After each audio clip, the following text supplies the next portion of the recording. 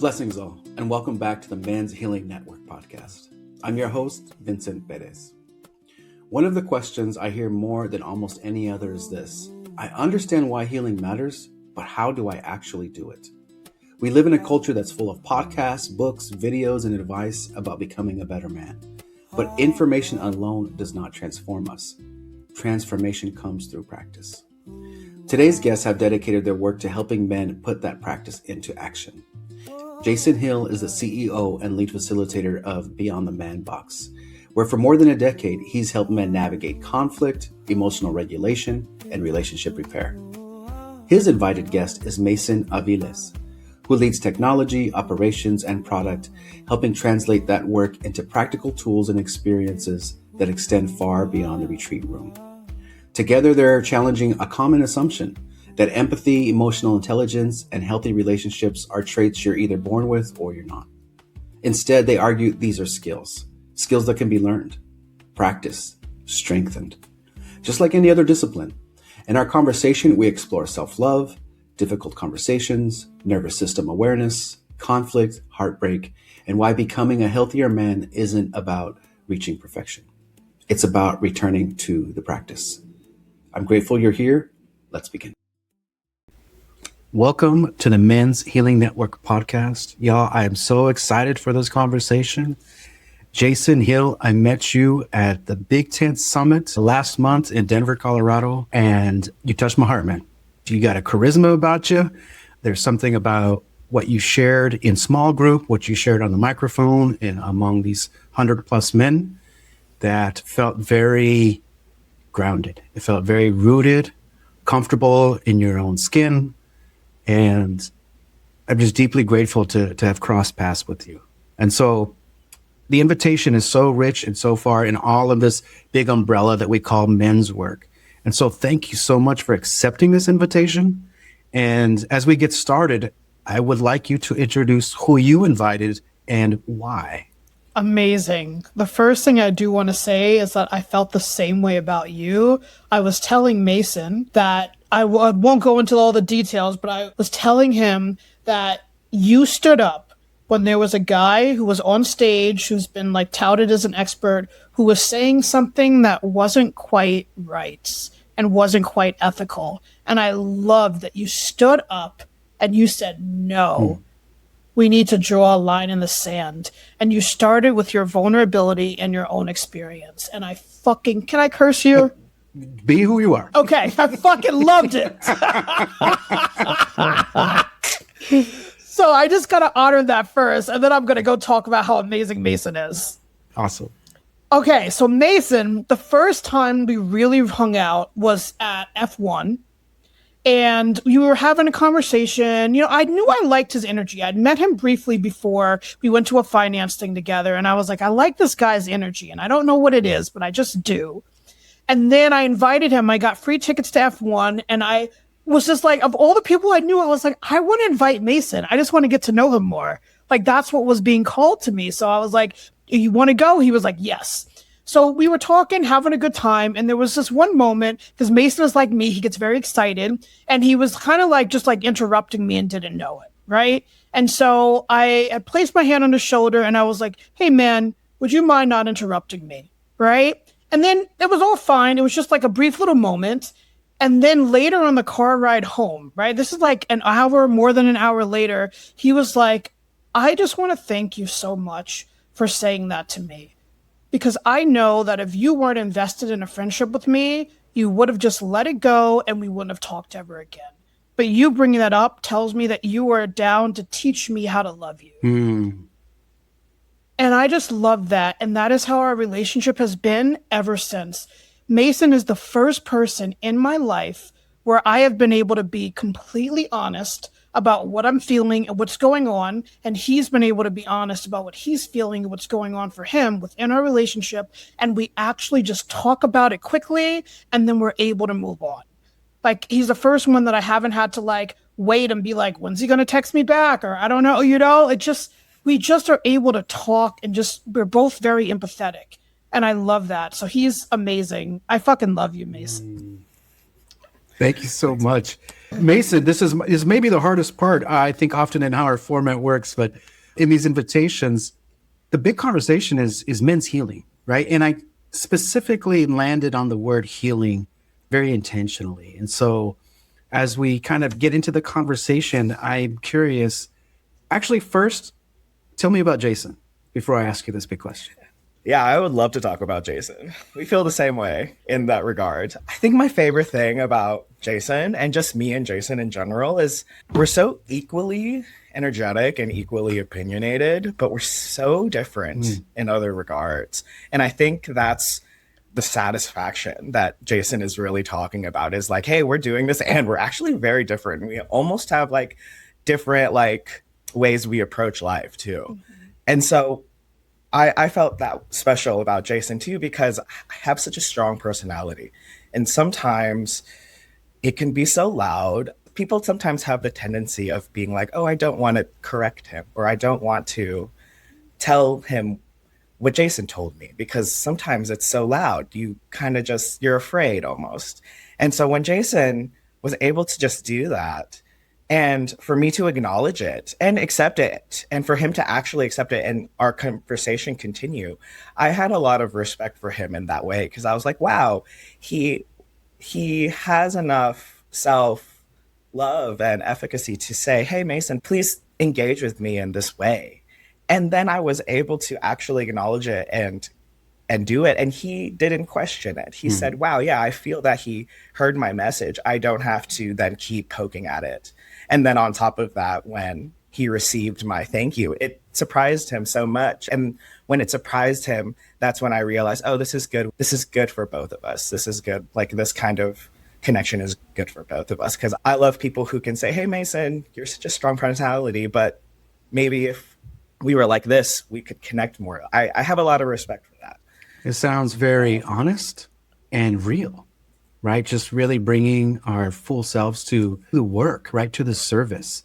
And so in that line, Mason, the big question, what does men's healing mean to you? Men's healing, we talked a little bit before we hit record. And when you said I found self-love when we were kind of grounding in ourselves and healing, I immediately thought, oh, I found that too when I closed my eyes. And it actually goes along with almost the example of what Jason and I were going through. For instance, there was a moment where I was like, wow, I'm really glad of the work I've done. Because when Jason told me, hey, man, please don't interrupt me when I talk. You know, it sounds so corny sometimes, but I practice self-love. So when I heard Jason say that, it wasn't an attack on my character. It wasn't some, you're such a bad person. You're so bad at communicating. Like, oh, you're so bad at being a friend. Like, I didn't hear that, because I just have so much I'm like building love and understanding for myself, right? And when I heard that, in my head, I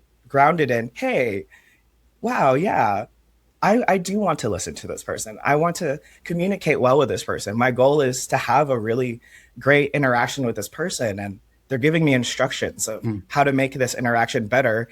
Never in those instructions did he say, oh, your character is bad. Oh, the way your presence is bad. Oh, I actually don't like sitting next to you now that I've said that. Like, and I think sometimes, men, we have these interactions and dialogue in our head that really like almost counteracts reality sometimes, right? It takes over not hearing the real truth and things is connection. Instead, when you don't practice self-love, when someone gives you a connection, like a connection moment, which is what Jason did. Hey, Mason, here's the best way to listen to me. When you don't have that self-love, sometimes that connection sounds like an attack. Sometimes it sounds like, oh, I'm not a good person. And so that's why I think, men's healing, it really starts with looking in the mirror and saying, hey, I deserve the process of healing.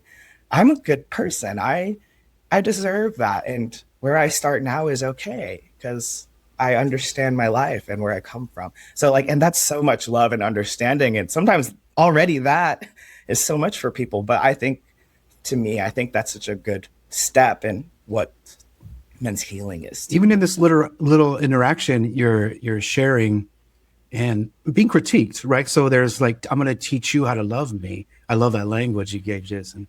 But there's also this defensiveness that could happen. And then what I hear you saying, Mason, is that even this self-criticism that comes, which for me in my own life is mean. This voice is like a whip.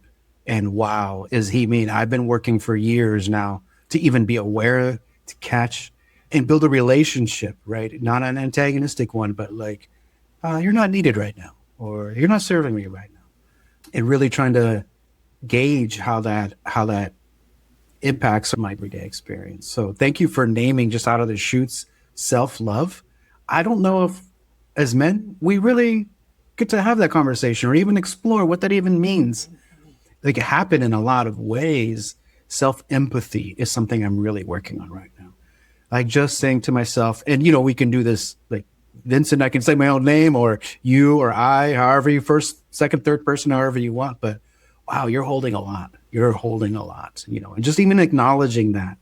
And even as I say it, the little voice is like, well, does that mean you're all boohooing and wallowing in some kind of way? It's like, no, even there has to just acknowledge what the truth is. And a lot of us are carrying so much. Jason, I'm curious for you, the same question. Is anything in Mason's answer or of your own exploration? What does men's healing mean to you? Yeah, I love self-love. Like that wasn't the word that had come to me, but it was the same concept. I was thinking more, you are worth more than what you provide and more what you do. Like you are worthy for who you are. I remember like having a conversation with my barber. He was talking about day trading and how he just felt like he wasn't doing a good enough job at it. And like he's let his wife down, he's let his family down and all this stuff. And I was just like, dude, you're learning a new skill. What do you love about yourself?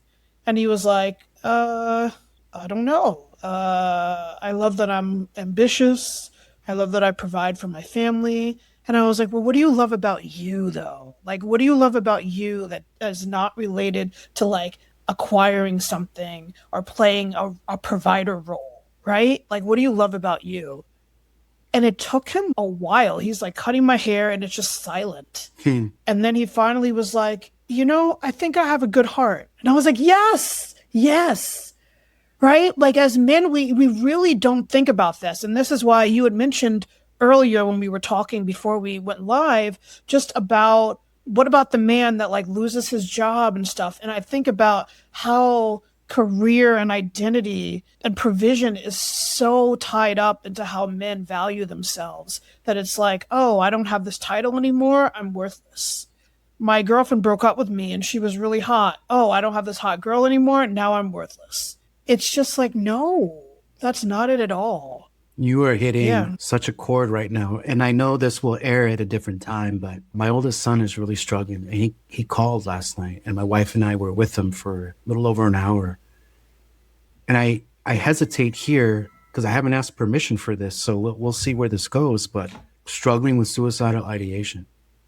And as a father, he's recently divorced, recently lost his job. And in this conversation right now in this moment, because this was just last night, less than 24 hours ago, the meaning we derive from our roles that we play and the pressure to provide, the pressure to breadwin is so intense. There's a group of young men that I've served for 2 years now, high school students. I'll see tomorrow, actually, where I'll take the 4 seniors who are graduating to dinner. And even then, even just last week, they're getting ready to graduate. They're excited, different pathways, community college here, electrician pathway there, just different things happening in their lives. But I felt when I left and drove away from the school last week, like, oh my goodness, I just turned 50 this year. That hasn't gone away. When I graduated, I wanted to provide for my mom. I wanted to do all the things and give all the things that we didn't have.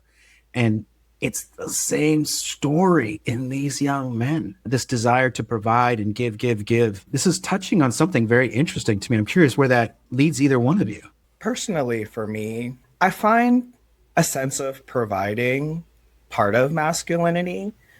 And it's a natural, at least for me, a natural thing to pursue. But there are 2 buckets when I hear these stories. Here is a goal that I have. And a goal that's like almost against the world. Like, here is a goal. But there are things that come with pursuing a goal. There's fears, there's insecurities, there's learning. So there's this sense of separating your self-worth and understanding, and then this goal you have, whether it be learn how to ride a bike, learn how to drive stick, learn a skill that could make me better at my job, provide for my family. These are all very valid goals as a human, right? A woman can have these goals. Goals aren't bad, but how do we manage our feelings when our goals don't work out the way we want them or look something different? There's so many things that could happen when you pursue a goal. And sometimes people think they associate the worth with this goal when actually there's all these things that come with pursuing a goal or pursuing growth. There's insecurities. There's what Jason says, there's times where you're going to be unskillful. Like when you learned how to read and write as a kid. Yes, it was very stressful. It was very uncomfortable. But somewhere in us, we managed our emotions and got through it. And so I do find that there is this thing in life where it's okay to have goals. It's okay to say, hey, this is how I would love to show up in my relationship. Wow, how do I deal with all these feelings? Wow, I'm afraid. Wow, I'm insecure. Wow, I tried it once or twice and I did really bad. Does that mean I'm bad? Like there's all these things that go with pursuing a goal. And I just think men, and honestly, a lot of people don't have that support of what that process is of going through a goal, especially in adulthood. When I was young, in my 20s, I played rugby. I threw my body at everything. And I, with no regards, I ended up getting shoulder surgery. And I joke now that I'm still as adventurous, but there are moments where I look at an activity and I go, I'm too old for that. I'm not ready to hurt my body. The way my 20-year-old self was ready to just go for it. And so there's this sense of when you learn something as an adult, what you're able to take is different. And I don't think people and men know how to accommodate for the differences of when you learn something at a certain time in your life, right? Like you can't think back to your 20s and be like, oh yeah, I was able to come home and drink a Gatorade and I figured it out in 3 hours. Like, well, yeah, you didn't have to pay mortgage. You didn't XYZ. You didn't have in-laws. You didn't have all these things. And so there's this sense of, and this is where I always come back to self-love. You need to have understanding of your situation. It's okay to have a goal. And it's okay if that goal is big and so hard to attain. And it's okay if you start from -5 to your goal. But as you pursue your goal, don't forget to look in the mirror and be all like, wow, I had a hard day today. So like I did what I did for my goal today, I think is actually enough. I was really busy at work today. Oh man, my wife and I are fighting. Like, you know what? I was able to do this much of my goal today. Or maybe all you have to do sometimes is I had enough time to think about my goal today. I had enough time to look in the mirror and say, hey, is that still a goal of mine? Yes, it is. Okay. That's what I can do today. And I just think sometimes it's either 100 or 0. Like it's either I did my goal and I knocked it out of the park or I didn't. And there's a middle, there's a process. And sometimes I think people lose that. What I hear is acknowledging where you are in the journey as you're through it and in it, of what your experience is. That's what I hear in like, okay, let me pause, let me slow down. What am I feeling? And providing is so many different things. You know, sometimes I also think that people being are too literal with providing. Oh, it must mean money. Oh, it must mean, no, look in the mirror. What are you good at? Oh, I'm really good at listening. Okay, well, I bet whoever you're supposed to be with or you're going to have this next connection with, they're going to look at you and be like, wow, I feel so listened to by you. And it has nothing to do with you buying them dinner or you driving a cool car. Providing is more than physical things. It's what are you good at? What are you good at? Be okay with that. It's okay that you're not good at everything. And it's okay if your goal, you pursue it in the way that you're good at and not what the TV says you should be good at. What if you're like, oh, I want to be a content creator, but I'm so shy. Okay, that's fine. You don't have to suddenly not be shy. How could you do it and be shy? Oh, maybe I don't show my face. Maybe I just talk. Okay, that's a great step, right? There's so many ways to accomplish a goal. And sometimes guys, they just think they have to be like each other. Oh, I have to go to the gym 3 hours every day. And I gotta wake up at 5 in the morning and pound the water, do a cold plunge. Like that's no, like if you're a morning person, then yes. If you're not, don't do that. That might not be fun for you. And you might feel like you're not good enough, right? So it starts with, here's my goal. And here's me, like with love, not with, oh, I wish I was 6'5" and jacked. And if I was like that, oh, I could start my goal then. Right? No. Here's your goal. Here's you with love. Like, oh yeah, I've had a hard life, but wow, I still want to try. Wow, I've had a hard few months, but I still don't want to give up. Wow, that's beautiful. You know what? Maybe if I could just rest today, I could start tomorrow and do a little more. Like just starting with love and understanding, and not be all like, oh yeah, I could never do this, or my wife could never be fulfilled with just how I listen to her. Like, that's wrong. So right, and there's a few threads in there around no self and what are the different ways we provide. That's a curious question for me. Yeah, Jason, where's this conversation leading you? I completely agree, right? I feel like the pressure is to have that traditional sense of providing, which is like financial. And that's not always what we're best at. What comes to mind for me is that one of my close friends, she had a mom who really hated being like a mom. And a dad that actually was like the real nurturing one, who loved being with the kids and was like so resentful that he had to like work all the time. And she was like, honestly, my mom would have been so much happier being the breadwinner, and my dad would have been so much happier being a stay-at-home dad and just being with his girls. But like, because of societal gender roles, they were both miserable and they didn't have to be. And that's what I think about too with what Mason said. It's so true, right? Providing, like, when I was broke, the fact that I was a good listener, that was how I provided. I made women feel safe around me. And I am a short man, okay? I am not 6'5". I am short. I'm 5'3". I am a very short man. And women are still attracted to me because of how I make them feel when they are around me. I happen to have more money now, and I'm grateful for that. So I can provide more financially, but I still prefer to be in a relationship where we have a conversation and we actually talk about, like, what are our strengths? What do we want to bring to the table? In our ideal relationship, what do we want to provide? And I love so much that one of the earlier conversations Mason and I had was when he told me that he did this with his wife. And I think that is so important. People do not have open enough conversations with their partners about their strengths, their weaknesses, what kind of relationship they want to be in. I find people are just like, you're cute, let's see how it works. And like, that doesn't determine compatibility. And then when they find out they're not compatible, they're like, oh, she was crazy. Oh, he was an asshole. And it's like, no, you weren't compatible and you didn't have the conversations that you need to be having. There is something very curious to me about post-breakup, even at like affect or how we talk about people. I mean, there's so much horrible, like just vulgar, atrocious language about exes and what that might even be or mean. I love this podcast because it does lead into so many different kind of rabbit holes. In Jason, this kind of speaks to the critique I had at this big summit was without an examination of men's violence. And even what I hear in this conversation about like to self, like I can be mean, really mean to myself, is that, like in this country, in the States, every day, 3 women are murdered by men who previously said they love them. In Mexico, it's 10. And so in more patriarchal cultures. And then, in the men's violence conversation, folks are kind of ringing the bell on men's suicide completion rates being 4 times that of women. That's still men's violence turned inward.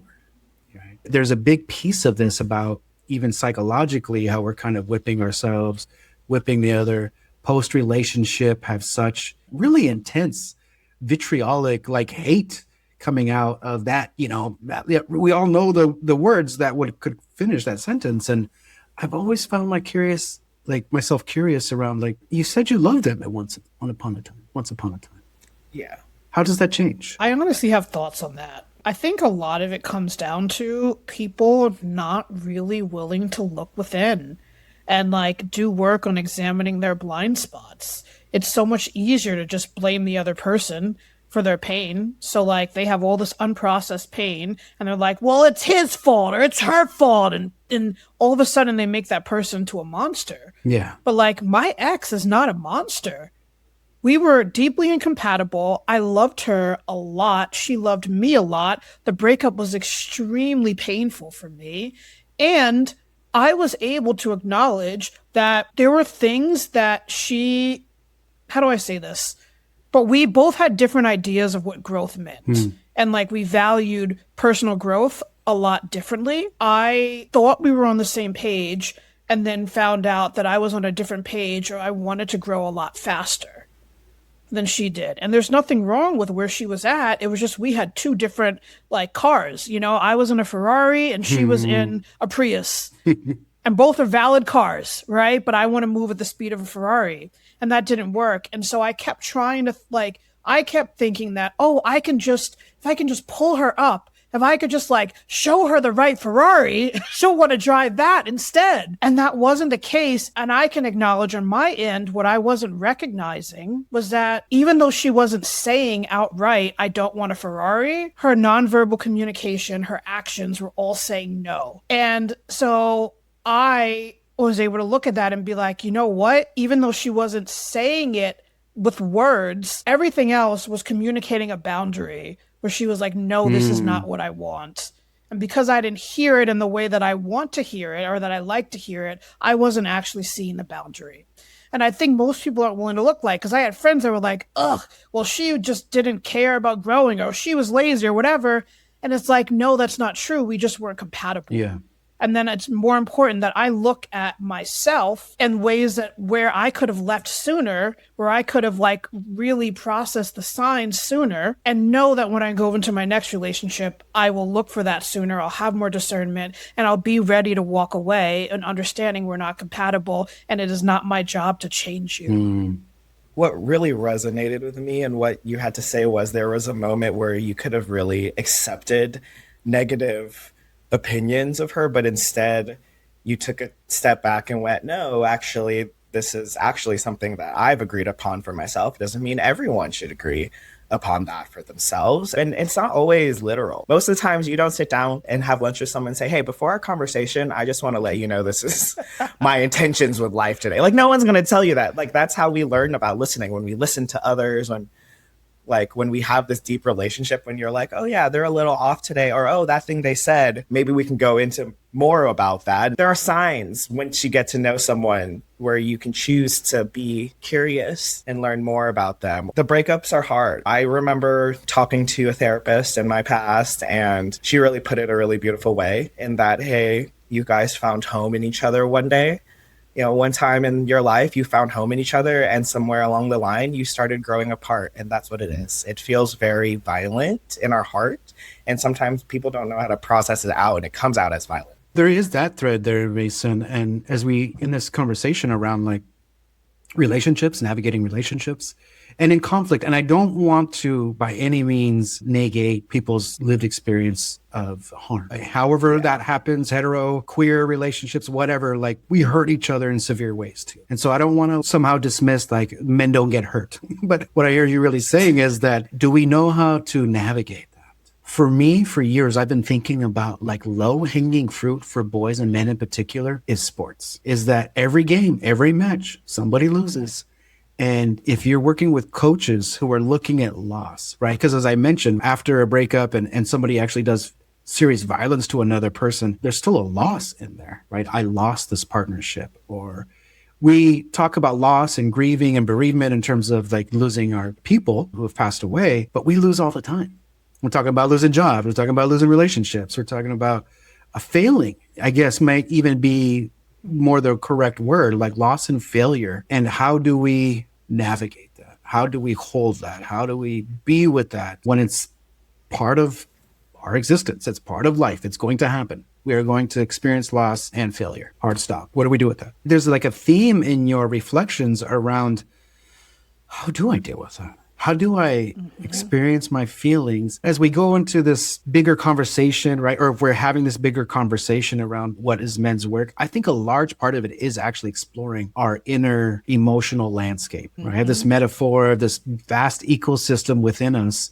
And we are actually only pinned down to a small bit of it. I mean, I'm talking a vast landscape. We climb the mountains, go into the caves and spelunking into our own soul and the depth of our oceans and the stillness of lakes and the exposure of deserts. Anyway, it's just a beautiful metaphor I'm continually playing with and engaging dialogue around for men because like we know land base. Even if you've never been to a desert, you have kind of a concept of what that desert is. What's the desert inside of you? When do you feel like you're in a desert? When do you feel like you're in this lush forest? Go ahead. I agree in what you're saying in that sometimes I think people get the wrong misconception of, oh, if I go through a healing journey, I'm never going to be angry or I'm never going to be sad or I'm not ever going to be depressed. And that's false. You know, you're going to have every emotion until you die. You're going to be mad. You're going to be sad. Just like how you're equally going to be happy. You can't just say, oh, a healed person is just happy. So there are certain video games that make fun of that notion. And it kind of shows you how insane that is to think, oh, I'm only going to be happy. I'm only going to be agreeable. Or I'm going to go down this healing journey and anything someone tells me, I'm going to be able to hear and accept it. I'm never going to get mad. That's wrong. The healing journey is, hey, when I get mad or when I do experience loss, I know how to hold myself. I know how to keep going with life because you're right. You can't help what other people do. You can't force your wife to stay with you. You can't force your best friend to stay with you. You can't force your parents to understand you. You can't force someone to listen to you.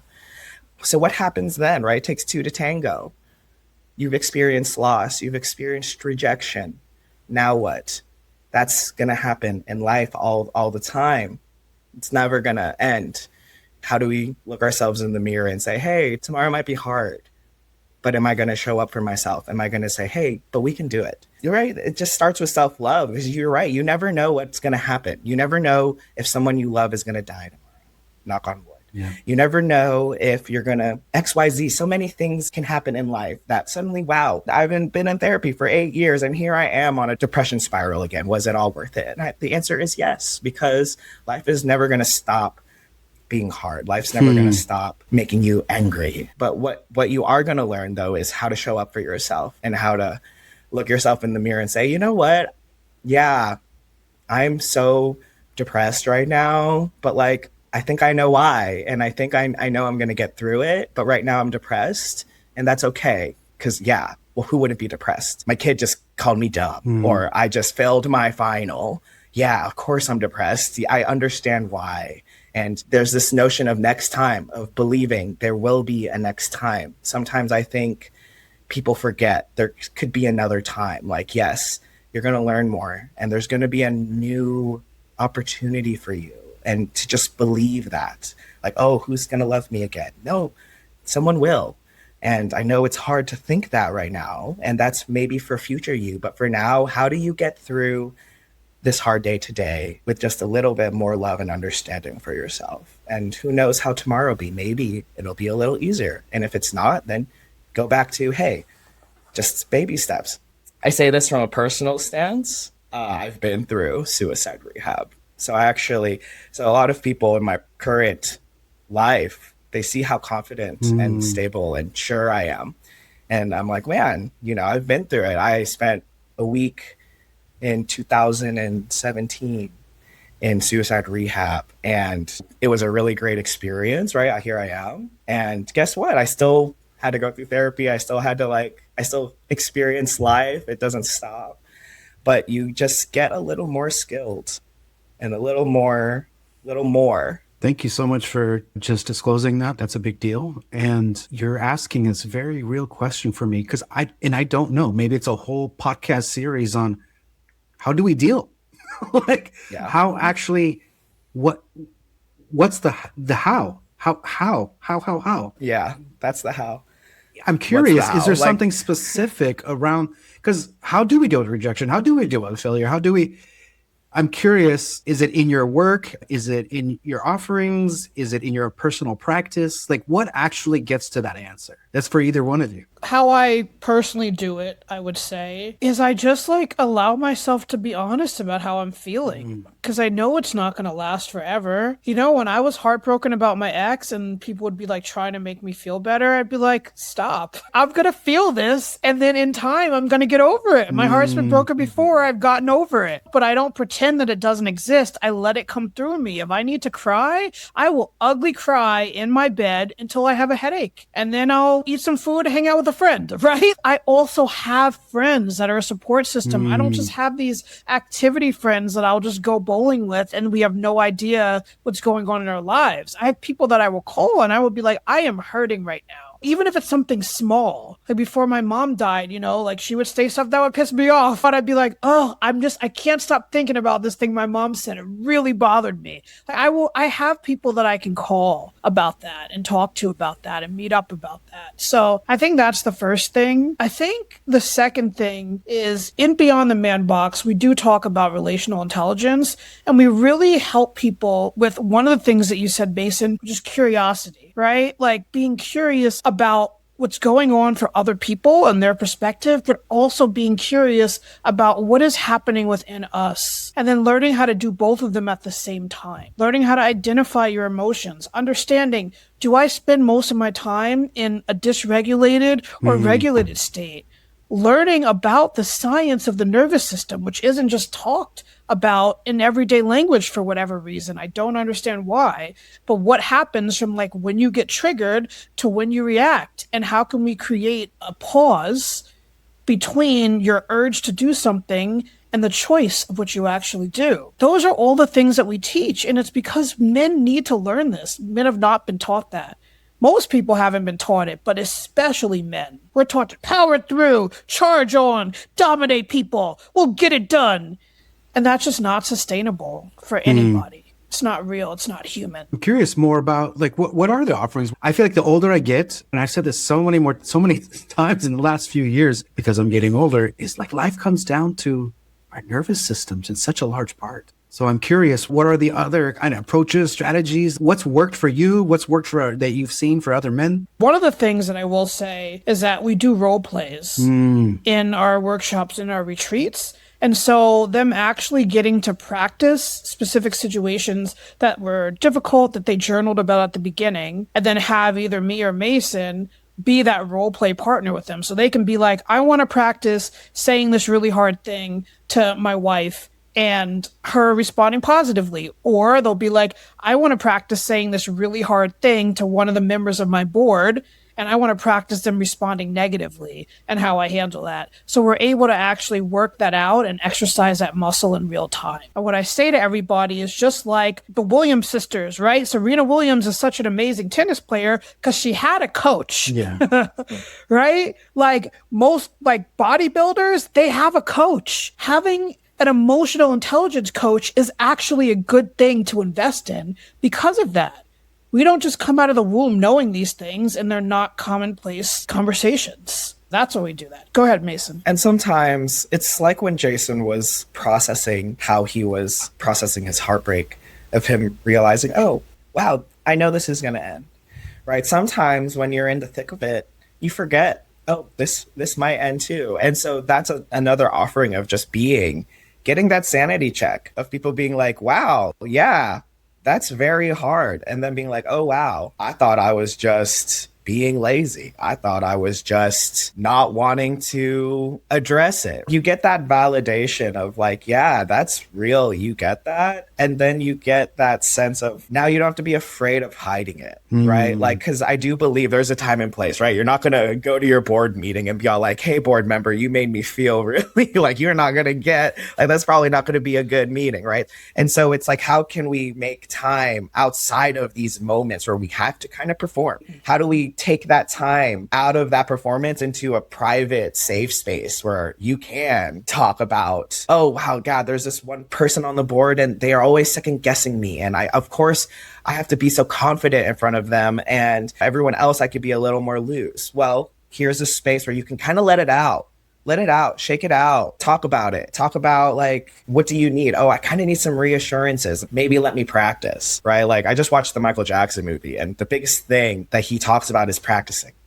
If you're too nervous, maybe you didn't practice. You know, like maybe you didn't give enough time. Like you're really bothered with this argument you had with your friend and you don't really quite understand it. Maybe there's some opportunity there to sit down with where it was coming from you, or like how can you listen, like, or maybe there's some curiosity there with your friend. Like what I always ask people, oh, I'm having this thing with my friend. And I'll start asking them questions like, oh, like what's been going on with your friend? Why do you think they've been so touchy? And a lot of times they'll be like, oh, I don't know. And I'm like, yeah, because it sounds like you guys have always had these conversations, but right now they're really touchy. Why do you think they're like, maybe something's going on? And they're like, yeah, maybe I should ask that. And they come back to me, oh yeah, he's been slammed at work all day. So blah, blah, blah. Like there's just some curiosity opportunities there.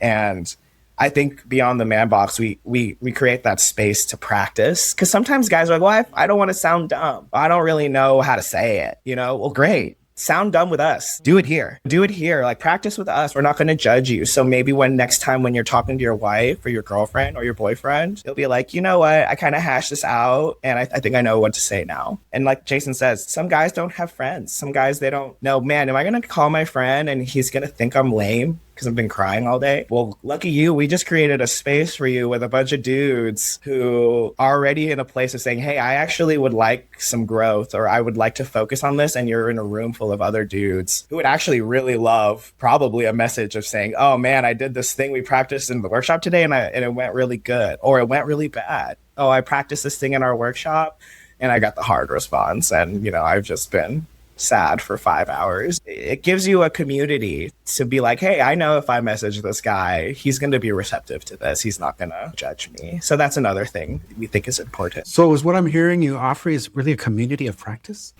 Yeah, I like that. I actually like how he said that. I always like to pull on threads and like see what the theme is here, and where we're landing is actually very exciting for me when I think about practice. Because if we just say go out and learn about your emotional intelligence or grow your emotional intelligence or, you know, emotional literacy, but how do I read a book? But you're saying actually be in the practice, getting the words out, feeling the feelings, feeling their rejection, processing through that in kind of this mock way. Practice makes so much sense to me. I fully, wholeheartedly believe no Olympic champion does not have a coach, like you're saying, Jason, right? And so the older I get in my life, I want 5 coaches. I want, like, for me as a human being, where's my human man coach? And so that's more than their therapy, or that's more than being at the gym with that trainer. So as we close here, is there anything you all want to kind of wrap up and say about this practice? Like, what does that mean to practice being a man, right? Or being fully human is what I hear. Yes. Yeah. That's what it is. It's really practicing being fully human. And I just think that I love that men's circles exist because they give you like that brotherhood and that vulnerability and stuff. But the missing piece is the practice. It's a skill. Like empathy isn't just something that you're born with. Like some people may have more, or as kids, they have more opportunity to practice it. So they're better at it when they're adults. But at the end of the day, it is a skill that you can build. And it's a valuable skill. It is such a valuable skill. This is the kind of skill that, like, if you are on the verge of divorce, you can actually fix your marriage by having this skill and practicing this skill. If you are a CEO and you lost your star employee and had no idea they were thinking of leaving, and then now your business is suffering, well, now this is a skill that you can practice on how to actually understand what is happening with your employees, how to have those conversations, how to read the room better. Like, these are skills that you can practice. And I think men really need more help in practicing these skills. I agree with Jason, and I do agree that that is our main offering. Like, most of these men, a lot of things we're going to teach them or show them, most know deep in their soul. Like, most people know, oh yeah, I do. Yeah, of course I should love myself. But what does that actually look like when you practice it? Like, what does it look like to go and actually practice it then, right? I always tell people, hey, when you read a book and you learn some skill, like, oh, I just read a book on how to juggle 3 balls. Do you know, can you go do it now that you've learned it? Can you go do it? The answer is a lot of times no. So I tell people that too. You're going to read this big self-help book, and you're going to finish it. And you're going to be like, I've changed. That book, I really resonated with it. I'm a changed man. And most of the times that's not the case because there's that missing practice element. There's that missing, oh, I have to grow this muscle. Now that I learned, oh, wow, look at this new way I can have a conversation with someone. Look at this new way I can listen. Look at this new way that I could engage or talk to someone. If you don't practice that new way that you just felt so inspired in that book, it's not going to happen. It almost won't matter. It'll just be a good story that you read. But without practice, it's just a good story. But with practice, it suddenly is actually growth. So yes, Beyond the Man Box, we're all about helping you put it into practice for you to actually get to the growth. Like, we're not going to just show you the Ferrari and say, hey, wouldn't it be nice if you drove it? We're going to show you like what it actually takes to practice to like sit in that seat and drive it. Actually, we're not going to just show it to you and then be gone. It's the sense of practice and coming back and doing it again. Yeah. Thank you so much for that. As an educator, I'm wholeheartedly with you. Like, knowledge does not equal application. And so giving those opportunities for that, the application and adoption of this new way of being or this new skill set, empathy as a real skill, life skill, is very curious to me. How do you communicate that to men? I'm curious. Sell that to me. Sell empathy to me as a man. Well, honestly, I don't really know how to sell empathy to you, and that's not what we do. We have like workbooks, and we actually help people like identify the emotions that they're having. So they're having these like realizations, and then they're going back and they're looking at, oh, what are the masks that I've been wearing? Oh, whoa, what is that mask costing me? Whoa, oh my God. And then we get to move into role plays and like, where is that costing me at work, in my romantic relationships, in my friendships, in my family of origin dynamics, with my kids. And then we learn about nervous system patterns. So really, it's more taking them through a journey than selling them like empathy skills. They're experiencing it as they're learning it. And that's why it works. And that's why people keep coming back. We like to tie empathy to the goal of relationing. Why am I empathetic? Why do I have to be so empathetic? Why do I have to be so understanding? Why do I have to practice self-love? If we could sell something, is the importance of a relationship, and whether that relationship is with yourself, with your best friend, your partner, your business partner, your employees, that relationship with a human who is impacting your life and who you impact their life, it's important. And that relationship can really determine how you feel about life in general, how well you can go to sleep, how well you wake up. What's so good about empathy? What's good about empathy is that it helps me tend to the relationships I have, and it makes my life more beautiful in a world that's scary and unsure. So that's what we solve. What makes empathy so important? Oh, it makes it so I can have better relationships. And I'm hearing a more enriching life, a more calm life, a more fulfilled life. Thank you. I don't usually do that kind of thing. Like, pitch me that.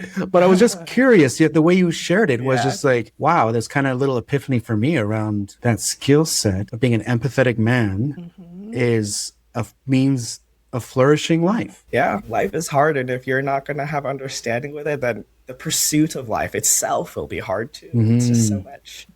And also, I feel like I want to add to this, also being able to see your blind spots. Because so many of us, I'll speak to men in particular, we know we keep getting into the same kind of relationship, or having the same kind of breakup, or having the same kind of boss we hate, or like repeating these patterns, right? 20, 50, 70 years. And if you can practice empathy, practice emotional intelligence, you get to have empathy with yourself. You then want to learn more about yourself. You want to learn that desert, like you said. And then you want to learn about other people and have perspective on other people. One of the things that stands out the most to me is one of the guys that was in our last retreat. He was saying that he comes from a kind of more like a family that's a little bit more like aggressive, right? Like they just kind of say things, they say where they're at. His partner doesn't. She comes from a more kind of like passive aggressive family and stuff. So he would be saying things to her and she would be like, whoa, I need you to be softer with me. And his thought was like, oh, well, if I can just explain to you what I meant, you'll understand it. It'll be fine, right? But it wasn't until he took our workshop and he was like, oh, now I understand, being more curious about her experience. And that was when he was able to be like, oh, yeah, she grew up differently than me. So it's not just like what I'm saying or explaining what I meant to her. It's understanding the best way for her to receive my message. But like they were fighting about this for 2 years.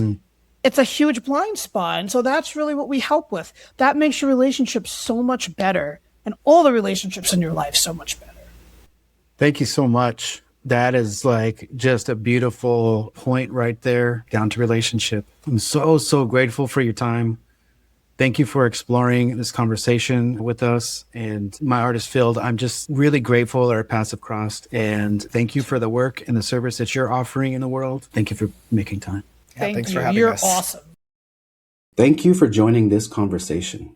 One thought that has stayed with me ever since we wrapped up our microphones is that healing isn't something you achieve, it's something you continually practice.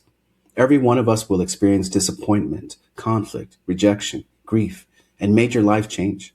The question isn't whether these moments will come. The question is, how will we meet them? Will we react in fear? Or will we respond with curiosity, compassion, and the willingness to keep growing? Jason and Mason reminded us that becoming more emotionally intelligent isn't about having all the answers. It's about showing up again and again and practicing honesty, practicing empathy, and practicing the kind of relationships that allow us to become more fully human. If today's conversation resonated with you, I encourage you to learn more about Beyond the Man Box. You'll find links and additional information about Jason and Mason in the show notes. The Men's Healing Network podcast is produced by Tom Kepler. Many thanks to Dee Enriquez for her marketing and logistical support. And special thanks to the Choice Regional Health Network for making this podcast possible and for its ongoing commitment to expanding conversation around men's mental health, healing, and connection. If this episode spoke to you, consider sharing it with another man in your life. Sometimes the most meaningful invitation we can offer is simply, hey, listen to this. I think you'll see yourself in it. Until next time, thank you for doing the courageous work of becoming more fully human. My name is Vincent Perez. Blessings to you and yours.